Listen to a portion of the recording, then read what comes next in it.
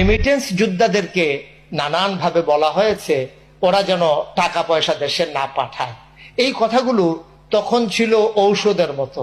রোগীকে বাঁচানোর জন্য, বাংলাদেশ নামক অসুস্থ দেশটাকে বাঁচানোর জন্য তখন পথ্য দেওয়া ছিল অতীব কষ্টের। কারণ পথ্য দিলে রোগী বেঁচে যেত, কোনো মতে শুধু জীবনটা বাঁচিয়ে রাখা, তখন তাকে ভিটামিন দেওয়ার সুযোগ সময় ছিল না। তখন রাষ্ট্র মেরামতের জন্য এই তাদের ভাগ্যে এই কালিমা লেপন করার জন্য রেমিটেন্স বন্ধ করে দেওয়া ছিল তখন জরুরি। আর এখন যেহেতু দেশ স্বাধীন হয়েছে, এখন বেশি বেশি কষ্ট করে রেমিটেন্স পাঠাই দেওয়া, অতি দ্রুত পাঠাই দেওয়া, আটকে না রাখা, এটাই দেশের জন্য এখন খুব বেশি জরুরি। এটা এখন কোরামিনের কাজ দেবে ইনশাআল্লাহ। এই ইনজেকশন দিয়ে রুগীকে বাঁচিয়ে রাখতে হবে।